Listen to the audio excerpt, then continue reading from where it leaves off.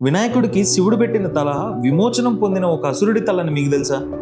అవును, ఏనుగు రూపంలో ఉన్న గజాసుర అనే ఒక అసురుడు ఘోరమైన తపస్సు చేసి శివుణ్ణి మెప్పించి ఒక వరం పొందాడు.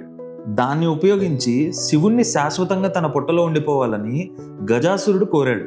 శివుడు బోలాశంకరుడు గనక గజాసురుడి భక్తికి మెచ్చి వరం ఇచ్చేశాడు. ఆ పరమేశ్వరుడు విశ్వంలో లేకపోవడంతో గందరగోళం మొదలైంది. విష్ణువుతో పాటు మిగతా దేవతలందరూ కూడా కలిసి గంగిరెద్దులను ఆడించే వాళ్ళ వేషాలు ధరించి నందీశ్వరుణ్ణి తీసుకొని గజాసురుడి వద్దకు వెళ్ళి అతను మైమర్చిపోయేలా సంగీతం వాయించారు. అందుకుగాను గజాసురుడు వాళ్ళకు ఒక వరం ఇచ్చాడు. వెంటనే విష్ణువు శివుణ్ణి వదిలేయాలని కోరాడు. అప్పుడు శివుడు బయటికి రావడంతో గజాసురుడి ప్రాణాలకు ముప్పు వచ్చింది.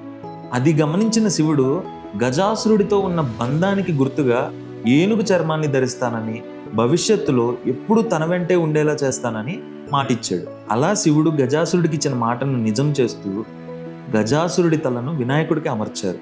కాబట్టి శివుడు ఏది తెలియకుండా ఆవేశంతో చేయలేదు. ఆయన ఏం చేసినా లోక కళ్యాణం కోసమే చేస్తారు.